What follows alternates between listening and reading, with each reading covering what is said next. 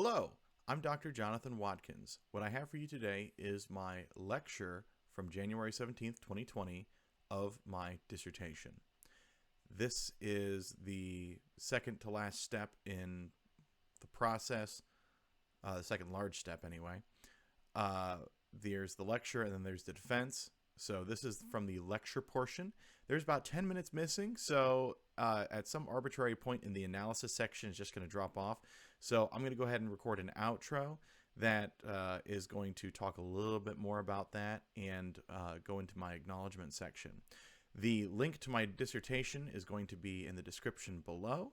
So sit back and enjoy my lecture and investigation of euphonium valve system designs. To my lecture. It's a nice, wonderful, rainy day in Texas. So, all right. Perfect day to find out about euphonium valve systems, right? So,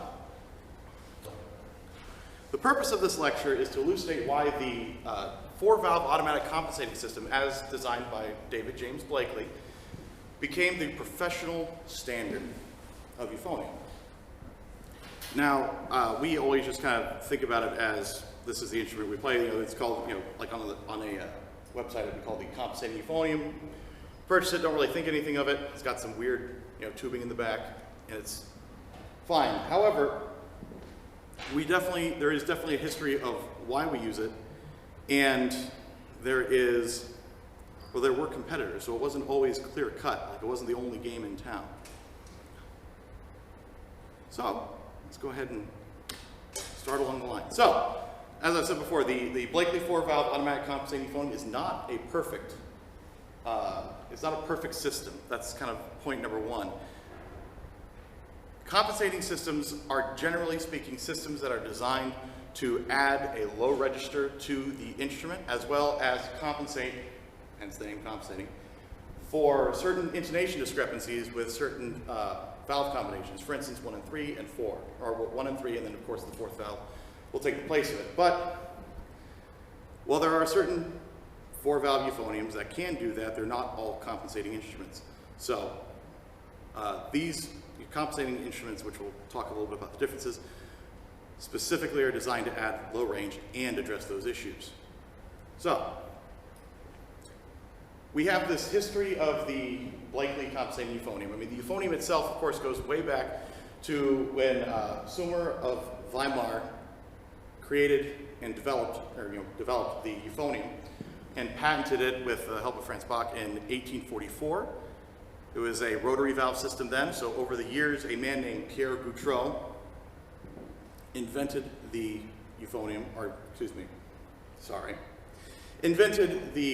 system equitonic. So from 1844, and then we have this new system here that's not a rotary valve system. It takes advantage of the piston valve, which was newly developed, and it has all the features. It's actually the first compensating system. So it's the predecessor to the David James Blakely four-valve automatic compensating euphonium. So what happens is Blakely gets a hold of this instrument in the early 1870s, modifies it, and then of course we have the Blakely four-valve automatic compensating euphonium. We'll get into the differences a little bit later. But this is the system that we use. This is what adds range, that low range to our instrument. And it's not perfect, and there are certain, especially when the patent for the instrument, which was 1878 to like early 1900s, or excuse me, early 1970s, went away, that, since this was officially now public domain, instrument manufacturers just kind of plug and played this design right directly into their instruments. But at that time, there were certain debates as to whether or not we should even really have this system. For instance, there were still five-valve euphoniums being made at the time. Miraphone had the 5.6-5 five-valve euphonium, and there were other people still that were trying to advocate for things like additive fifth valve systems to like the Yamaha 321, which is a four-valve non-compensating system, very, very popular euphonium. There's that. There's also intonation discrepancies that because there is not enough tubing in the front of the instrument to account for the lower register, There are people saying out there that, or were people saying in the 80s that we have to add tubing, little devices so that we can add and subtract tubing at will. And well, here we are in 2020, and we still have, like, none of those things have really come to fruition. I wasn't able to find for purchase an actual 4-valve, a 5-valve insert, although I'm sure it's out, might be out there somewhere. We have this 4-valve instrument. So really what we're trying to do is, so we have this criticism, and how founded was it, plus were there other systems that maybe did it better, and why did they potentially just go by the wayside? Or why did they go by the wayside? They didn't potentially go by the wayside. So, all right. So the history of the euphonium, as I said before, so we're Weimar, 1843. He invents this instrument, and to much acclaim. And somewhere Weimar, called it the Samaraphone, and he's kind of a fun little anecdote of history known as why you should never give an instrument another name if you kind of want your name to kind of like stick with the instrument. Adolf Sax kind of had it right, with the saxophone and then the sax horn. And then Sumer of Weimar said, oh, it's either the Samaraphone or the euphonium. And of course, the euphonium is the name that stuck, not the not Samaraphone. So right, and then in 1865, Pierre Goutreau created the system equitonic. Now, the difference between the Blakely 4-valve automatic compensating euphonium and Pierre Goutreau's is merely the fact that this loop that goes back through the secondary valves, the valve cluster, the loop that goes through the valve cluster only has, each valve only has about 6 ports for that, as opposed to the 4-valve automatic compensating system, which has 5. So in other words, David James Blakely was able to eliminate an entire air passageway, making the instrument use less tubing and making it more functional. So, yes, 4-piston valve, Pierre Goutreau, 1865, 4-piston valves. So, what ends up happening is Blakely creates this instrument, or modifies this instrument, creates a 4-valve instrument, but he doesn't patent the 4-valve automatic compensating euphonium, which is another kind of like point of contention, because a lot of times in the literature what it will say is the euphonium, oh, here's the 4-valve patent right here, and they list a number. Well, the number is actually for a 3-valve compensating system. Now, whether or not adding a 4th valve or not makes a difference in that, I don't know, I'm not really a lawyer, but it was not a 3-valve compensating system.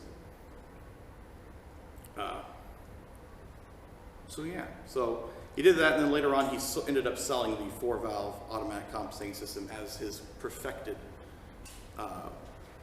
compensating euphonium. Which, of course, when you're trying to keep patents, and one of the things we're going to find here is that because of the patent between Goutreau and then, of course, the one for the 3-valve compensating system with Blakely, there's a little bit of an issue there with what instrument manufacturers do to try to compete with these systems. In other words, since they're both routing through the valve casing a second time, a lot of manufacturers can't really do that without violating copyright, or not copyright, violating the patent, violating design. And that's really going to be kind of the driving factor of a lot of these designs that we're going to see today. So, David James Blakely, like I said, he reduces the valve ports inside from 6 to 5, develops the first 4-valve automatic compensating system, but that's the prototype. He takes that system and he applies it to a 3-valve system, a 3-valve euphonium, and then patents that. And of course, there was also cornets as well that had compensating systems at the time as well. So, Boozy and Company, which David James Blakely was the head instrument designer of, or for rather, was able to sell the 3-valve first and then the 4-valve second, which again is kind of why it's a little bit of a two-sided thing. There are some people that say that the 3-valve compensating system was invented first and then the 4-valve came along later. And from a marketing perspective, that's correct. However, from the actual, looking at the patents and how everything was followed through, that's false. The 4-valve automatic compensating system was created first. And that's the one that we use today.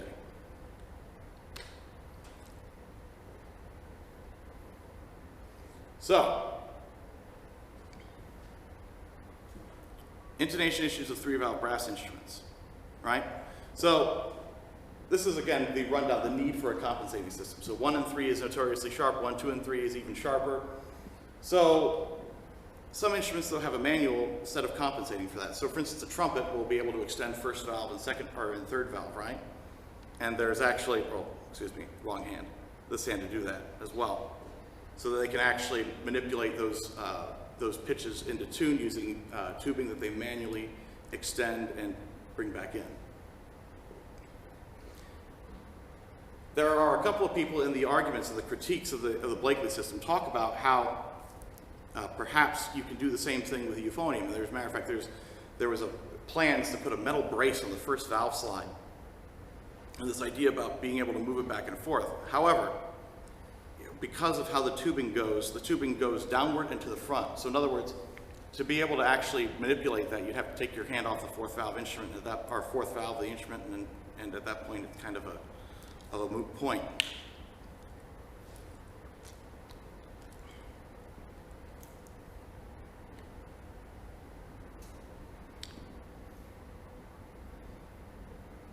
So yeah, so that is how 4-valve instruments work, how they're supposed to go through 1 and 3, 1, 2, and 3, etc. And again, a compensating system, just to make sure, because as we talk about this is going to become important. A valve system designed to address intonation and range issues throughout. So we're going to have to. So we have all this design thing. So I just kind of dumped a whole bunch of design information on everybody, and 5 valves, 5 ports, 6 ports, and all sorts of things. So there's all this design flurry going on here, and then of course after that we get what Boozy and company is doing with David James Blakely, and then later on we're going to get Besson and Hawks and Son, etc. But we need to kind of back up for a second and discuss the culture of why these things are happening, like what was going on that precipitated this need for for instrument development. And a lot of that has to do with brass band development in Great Britain around at the same time. So around 1893 or so, there was an estimated, I think Rose of Talks with Bandsmen, estimated there are about 40,000 brass bands in the United Kingdom at that time, 1893-ish. So brass band was a huge cultural deal in that regard. A lot of these bands operated because they were in factory towns, and then factories would end up, companies would end up buying the instruments from the manufacturer, and it became this giant competitive thing. It still is a giant competitive thing, so it's not like it's gone away. So these people in the brass bands were paid professionals, and they were in this competitive culture. And one of the fun things about brass band is that because it kind of stems from this sax horn, this kind of sax horn tradition, the sax horn development, it uses B-flat and E-flat tuned instruments mostly, and it uses a transposing treble clef. And that is actually going to be really come into play a lot when we start talking about the pros and cons of some of these systems. The transposing clef system pretty much means that C at the bottom of the clef is always open, D is always 1 and 3. The written pitch always corresponds to the same valve combinations, regardless of if it's B-flat compensate or B-flat transposing or not. Or B-flat transposing or E-flat transposing. So that is generally the culture. That is generally the culture that we are dealing with here in brass band. So because of this competitive nature, that led to more expensive instruments, higher quality instruments, and they were always looking to provide instruments that could do more things. And of course, especially when you're in competition, and the competition starts,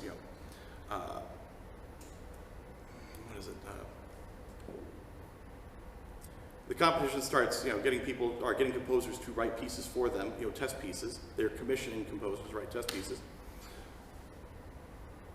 They're always looking to add more stuff, and they're trying to be more competitive. They're trying, there's more technical aspects to these playing pieces, and so on and so forth. So these instruments, everyone was looking to kind of improve upon those instruments, to ensure that they could continue to sell to these factory workers and brass bands and so on and so forth. And also what would happen is that if you won a contest or something like that, sometimes they would use you in your promotional tools. As a matter of fact, there are a lot of right and round bandsmen newspapers from like 1910, 1914 that say, this band just won this great thing. Guess what? They play our instruments, so you should too. So this is the culture that this instrument design stuff is going on in. So before we have the compensating system, we have 4-valve non-compensating systems, right? Now I just mentioned the Yamaha 321. That's kind of the popular one today. That's the one that I immediately think of, and matter of fact, I even started on playing Euphonium. And the 4-valve non-compensating Euphonium, it uses the 4th valve to replace 1 and 3, and it uses, you could use 4 and 2 instead of 1, 2, 3. However, it doesn't really stand up to a lot of those challenges that we're talking about, so added range and things like that. There's no secondary tubing through the valve cluster, and it's not really designed specifically for the low range. It's not really designed to do it. Matter of fact, you have to modify, and as we'll show in a fingering chart in a second, you have to modify your fingerings by about a half step to actually be able to play it. And even still, you run out of tubing before B1. So this right here is the Yamaha 321. If you notice on the back side of the instrument, there is no back tubing, right? There's none of that at all on the back side of the instrument. And that's because, of course, it is a non-compensating euphonium. All right.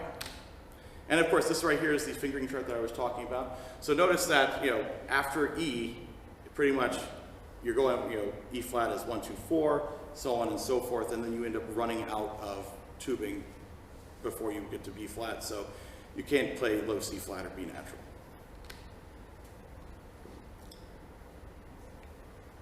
So on to the Blakely system, the Blakely 4-valve automatic compensating euphonium. This is the compensating system the professional euphonium that we use today. And again, like I said, it's got its history. It was developed in the 1870s. And then, of course, in the 1970s, the patent expired, so this is the horn that essentially everybody uses. So, yeah, 4th valve does replace the 1 and 3 valve combination. Secondary, as we discussed before, the secondary tubing routes right back through the valve cluster a second time, which gives us that ability to play in the low range. It gives us that extra bit of tubing. So right here is a Boozing Company 1917 4-valve automatic compensating euphonium. And if you notice on the back side of the instrument, there is all of this tubing back there attached to the main valve cluster. That is essentially the compensating system. This is that secondary set of tubing that we're talking about. This is what makes the automatic compensating system what it is.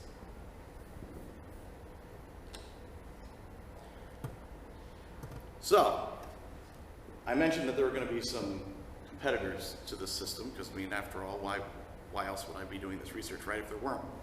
So, this happens in 1878. So the instruments start getting sold. In 1890, Besson was working on something that was similar in design that could basically do that. It could kind of be a one-upping of the Blakely compensating system. What they came up with is the Victory series of instruments, which was supposed to be a whole instrument line, even though only, I want to say, the cornets and the euphoniums ended up getting made. The Victory compensating transpositor is the series of instruments. It's the sort of valve that they use. And it's just a second, it's basically having a double euphonium. And it's activated by the 4th valve, and one side is B flat, the other side is B flat, optimized to play at a lower range. So you can imagine what that might do to the tubing if you're going to have an entire double horn. So in other words, there is 1-to-1 parity on each side of the valve for a whole bunch of tubing. Unfortunately, I was not really able to kind of get a hold of a picture for this, or at least a good one that kind of explained what I'm talking about here. So just kind of, like I said, just kind of imagine, there's literally a direct one-to-one parity of valve tubing on each side of the instrument. And what did that do? Well, the downside of the instrument was it's just really heavy. I mean, you've almost doubled the amount of tubing. So that kind of sent Besson back to the drawing board. So 1890 was when they premiered this line of instruments. By 1904, they had already patented their next system. So it kind of gives you an idea of how well it sold and how well it was going in competition in this brass band world and then military band world in terms of popularity. So yeah, seen as prohibitively heavy. So in other words, you couldn't really stand and play it. It wasn't really that great of an instrument in that regard. So Besson comes in with the enharmonic system. This is the one that's patented in 1904. They modify their doubling system, right? They took their victory compensating transpositor, which, by the way, in terms of the critiques that we talked about, sorry I didn't take a little bit more time to explain this, but the critiques of the system, of the automatic compensating system, is that as you play chromatically down, yeah, sure, you get the amount of tubing that you need, but only sort of. In other words, that because it's a setup meant for a little bit higher, the three valves are meant for a higher tessitura, when you're playing in the low register, it doesn't quite work that well. There's a lot of intonation errors, or at least that's what alleged. And there are many articles talking about the ideal tube length for playing notes in this pitch, or notes in the lower range, as well as different valve configurations and so on and so forth. So, the victory compensating transpositor, if you're looking at it like that, is actually kind of the right answer. And we'll get into that when I start talking about the rubric that I've kind of designed for how to rate all these horns and kind of to elucidate why these horns didn't really catch on. So, the enharmonic system took what is the right answer that nobody wanted because it was way too heavy, and just kind of modified it a little bit. So they don't have direct parity of one-to-one. So in other words, you don't have a fourth valve that activates a different set of tubing on the other side.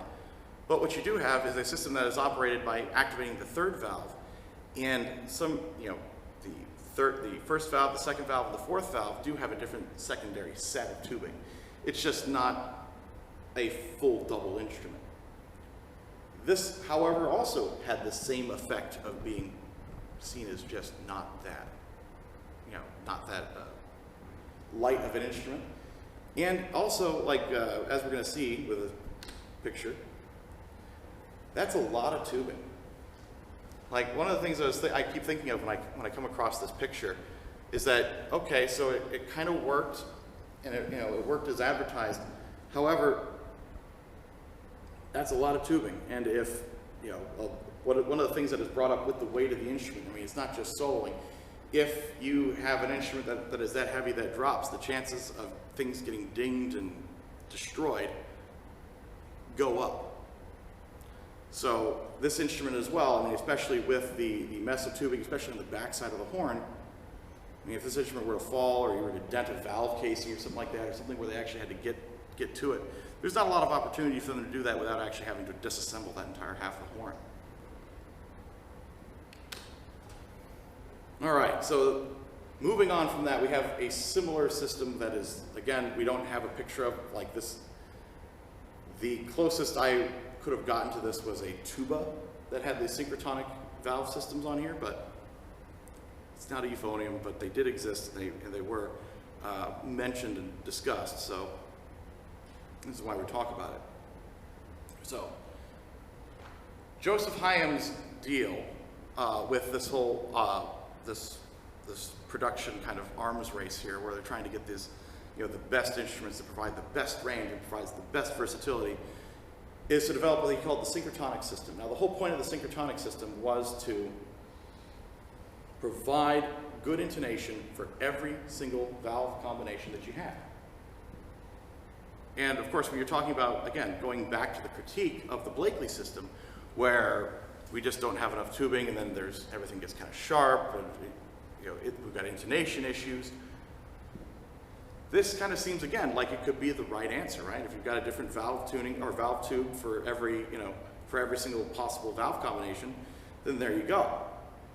However, information about the system really doesn't exist a lot. It was around in the 1910s. Again, there were some advertisements for it in a couple of Right and Round brass band journals, and of course, they talk about it in depth in the Right and Round Bandmaster's Guide, but it just as quickly as it gets mentioned, it just kind of evaporates.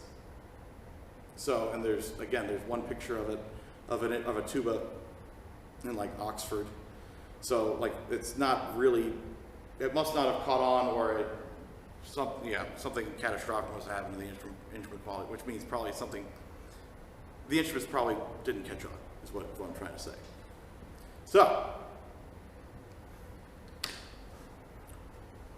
the next system that we have. So going on, again, remember, we're in this 1878 to like 1910 kind of phase here, is the dictor euphonium. Now, the dictor euphonium was a system created by Hawks and Son. So, if we know the name Boozy and Hawks, it used to be Boozy and Company, and then Hawks and Son. So Hawks and Son created this as a competing measure, right? So they're trying to get chromatically down to the fundamental. So they created a fourth valve that drops the pitch by an augmented fourth. And also, there are some other design features of this instrument, as we're going to see in a minute. The fourth valve is actually extra long, which is another, again, point of contention, because a lot of people will, in accounts of the Besson's enharmonic system, we'll talk about the dictor system, or we'll talk about the fourth valve being exceptionally long. And they're really kind of mixing up this system with that. So, the fourth valve on the dictor system is so long that it actually connects in two different spots on the wrap of the instrument. The wrap of the instrument is basically the tubing that goes all the way around. So it connects twice. And then even still, it's not angled like we would like we expect in, like, say, like the compensating system, which is like an ergonomic feature. It's just this gigantic fourth valve on the bottom of the instrument that connects in two different places and is designed to do a few different things. That being said, it's the augmented fourth that it drops the pitch by that is the big feature. So there's a problem with that, actually. So connecting, dropping the pitch by an augmented fourth, again, it requires the player to learn a whole different set of fingerings below the fourth valve fingering, right? Before you just press 4, then below that you just, okay, got it. And then you're just playing downward. Doesn't, you got to learn a whole new set of fingerings, and that was not that popular, not seen as popular with musicians. And here, by the way, is a picture. This is a courtesy of Charlie Brighton. I asked him the other day about this. I said if I could use this picture off of the Euphonium Collective website. And he said, great. So this is if you notice on the side, it's a little bit difficult to see, but that fourth valve is already through. And again, you can see where it connects twice to the main, to the tubing slide leading the valve assembly, then all the way to the main tubing at the end of everything. And again, it's that, you think about how long it's got to be able to protrude enough so that you can actually reach the instrument or the valve over here, and then have it connect. It's a pretty long fourth valve. And here is the next interesting part of this, because now we've talked about compensating systems, right? So this is how everyone has tried to develop to make a system that is like the Blakely, that is competitive with the Blakely. But concurrently with this whole operation, we have these other set of instruments, these 5-valve euphoniums. And again, remember, the first Samaraphone that was premiered, if I remember correctly, I'm pretty sure I remember correctly, is a 5-valve instrument. And the prints that are up of this picture of them playing the instrument is 2 valves over here and 3 valves here. So,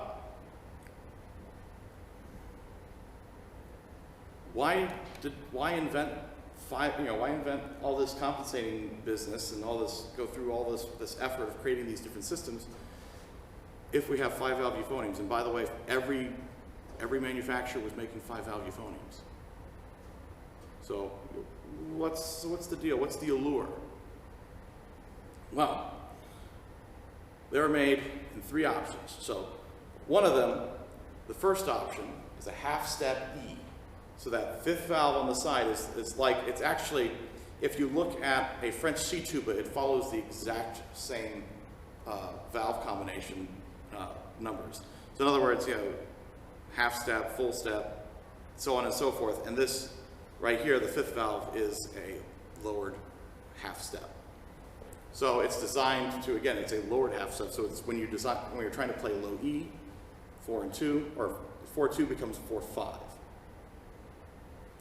And so on and so forth. Well, adding that tubing, and then of course with E flat, or with the fifth valve being low E flat or D flat, sort of muddies the water when you're trying to keep this consistency of valve combinations that you expect for a B flat brass instrument, especially in a culture where you have this parity of valve combinations with these transposing clefs already set up.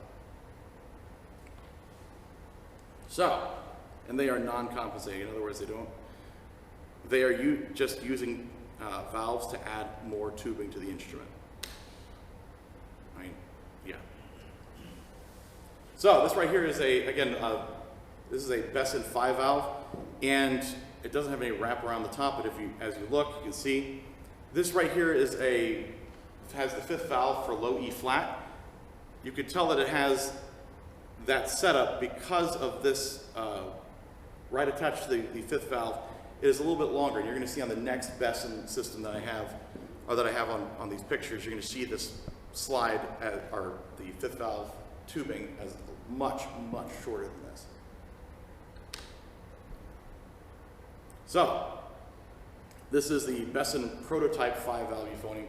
Besson around this time, especially when they were making instruments in London, applied prototype to all their instruments. They put the name on it.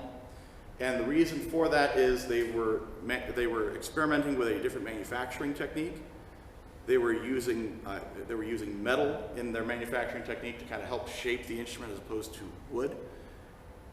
And they felt like that was going to create things more accurate, but just in case, they just put the name prototype right on, and that is why a lot of these old Bessons from this era have prototype.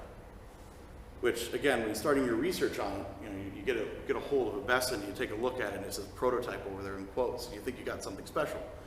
Then you start doing research, and you go, oh no, they're all printed with that on it. Oh. So anyway, going on, it's just what a fun little quirk of history. So we also have a Hawks & Son 5-valve euphonium. As we can see, on the back side of the instrument, that is where the fifth valve slide is. It's just basically under everything. It's under that little 7 bend in the tubing. And again, this right here, the reason why I'm going through so many pictures of these is I just want to hammer home the fact that everybody made these instruments. And yet at the same time, they were also developing these compensating systems. So it's a little kind of weird as to why. Why were they doing this, and then why ultimately did we decide on the Blakely? So this is the Boozing Company 5-valve euphonium from 1899, and you can tell it's also got a low E flat feature on the side of it. That is, it's on the side of the instrument. That is where on the side of the back is the low fifth valve. So now that I have given a rundown on all these systems, it comes down to our analysis, right? Because part of this is just trying to figure out why. Why is the Blakely the instrument that we use? Why don't we use the Victory compensating transpositor? And one of the things that I think about, because when everyone says that it was heavy, I kind of look at, again, in the American culture, what was the main euphonium? The main euphonium at that time was the double bell euphonium. Well, pretty sure adding a whole other bell is going to add a whole bunch of weight to the system. So why were they concerned with weight over there, but not over here? And why was that weight issue something that was it the weight system that actually drove development further, or were there more reasons as to why it just fell out of why it wasn't really in favor? So again, the 3-valve non-compensating euphonium doesn't really resolve the 1 and 3 issues. unless of course it is a compensating 3-valve instrument, and then of course after that it doesn't really add anything to the low register. So 4-valve non-compensating euphoniums as a 4th valve replace 1 and 3. Then of course the low register operation hampered by lack of tubing if it's because the non-compensating then half step down fingerings. These I'm just in this part of the presentation I'm just trying to go ahead and just get all these instruments out of the way because we've talked about them. So 3-valve non-compensating 3-valve non-compensating systems, 4-valve non-compensating systems, and 3-valve compensating systems are all, while listed in the rubric, not really the focus. In other words, we don't really, they're not a part of why. They do a pretty good job of kind of setting everything up, but not any real resolution to what's going on here. All right, so we also have 4-valve compensating use with the closest to the Victory compensating transpositor being the most accurate, right? So again, you're talking about intonation, and you're talking about intonation in the low register. So we have an instrument that takes care of that kind of sort of gets us close, and then we've got the Victory compensating transpositor, which again, if weight wasn't an issue, is the right answer. However, weight was an issue, therefore, well, it's the Blakely that wins out. So, and we have a 5th valve, the same with our 4-valve non-compensating, but intonation issues. So, what I've found with a lot of these 5-valve systems is that, again, since you don't really have a compensating system to kind of add a little bit extra tubing, you're really just playing kick the can. So, in other words, whether the 5-valve system is a flat E or a flat low E, a flat low E flat, or a flat low D flat, you're just kicking the can down the road for intonation. You're just basically kind of delaying intonation problems. So, and that's assuming that everything, all things being equal in tube length and all sorts of things. So, again, why did that not, as opposed to the Blakely system, which again people think as well was not necessarily the best with intonation.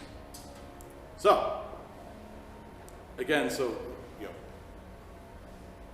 that is our intonation section, right? So, sorry, I kind of ran over this point. The 4 points that I'm going to use in this study is intonation, range, intuitiveness of use, which again we'll get to in just a second, and weight. So again, I keep hammering home the issue about weight.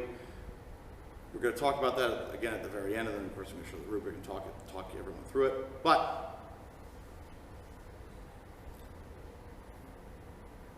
for right now, let's just kind of stick to range and go on through it. These are the 4 dimensions for which I think were the factors of why the Blakely was the euphonium of choice.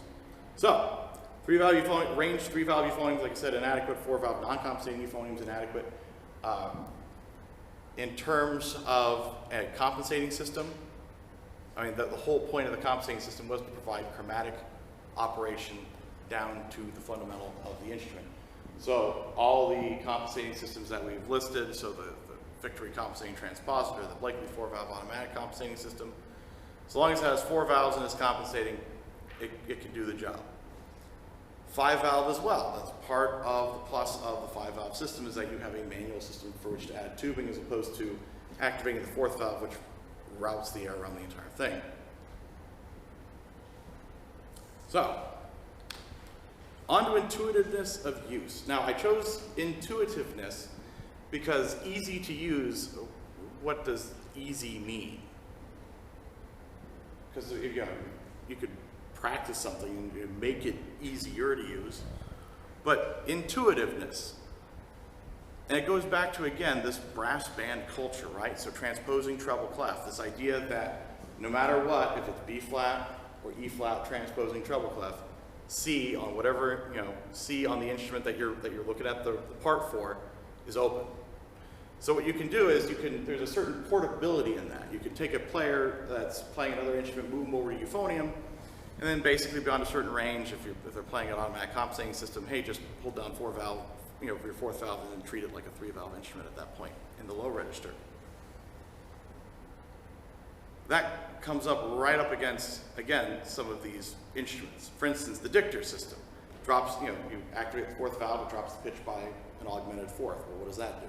Well, it changes all the fingerings. So you've got to sit there, and now you've got to actually kind of go through and, okay, well, this means this, and this means this. And it's not really intuitive. In other words, they have to go back and kind of work on it. And of course, not to say that people shouldn't be practicing. Obviously, they should. But that's one more barrier to being effective in a competitive environment. So, again, this is something that the dictor, like I said, the dictor is the most famous because the fourth valve just flat out just changes everything and drops it by a half pitch lower than the fourth valve normally does on any other instrument. So there's the dictor, and then there's the automatic, or the 4-valve non-compensating, like the Yamaha 321 we looked at, which again, you just flat out run out of tubing before you get down to.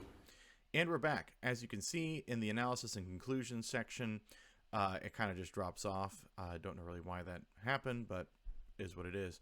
So anyway, if you would like to know more about the analysis and the conclusions, you can just go ahead and click on the link to my dissertation and read it. That would be super awesome. I spent a lot of time on it, so that'd be really cool. Yeah, read my dissertation.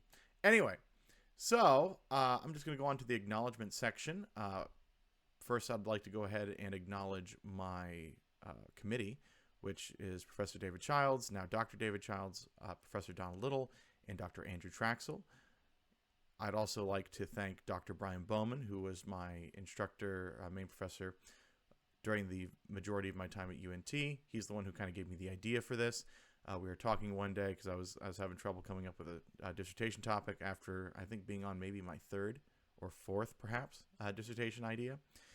And he went into a corner of his office and came back with his this 5-valve Besson prototype euphonium, and suggested maybe I should do something related to that. And that is where an investigation of euphonium valve system designs came from. So I owe a lot to Dr. Bowman in terms of that, as well as just kind of who I have become under his instruction at the time that I was there. Also, Charlie Brighton, Dr. Richard Demme, and Dr. Carl Kleinstuber did a really good job of pointing me in the right direction in terms of resources. Dr. Bill Haugeberg, Dr. William Haugeberg, did a really good job of just kind of helping, suggesting edits for me as the process went on. And also the Vincent and Ethel Simonetti tuba collection. I also have to give a shout out to them. If you're ever in Durham, North Carolina, please go visit them. It is an awesome tuba collection.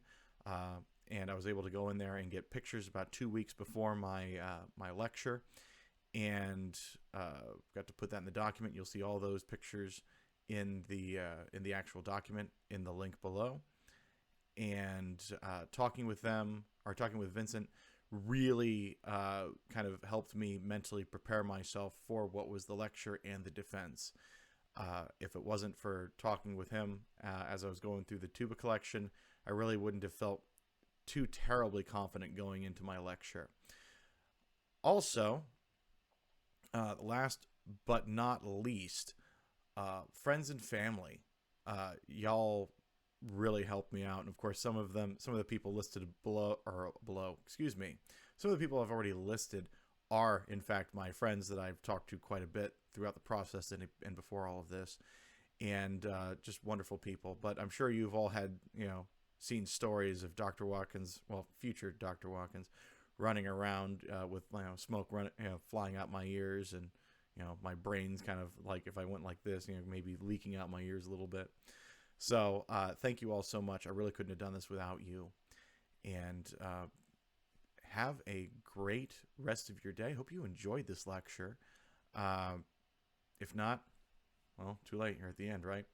So have a great rest of your day.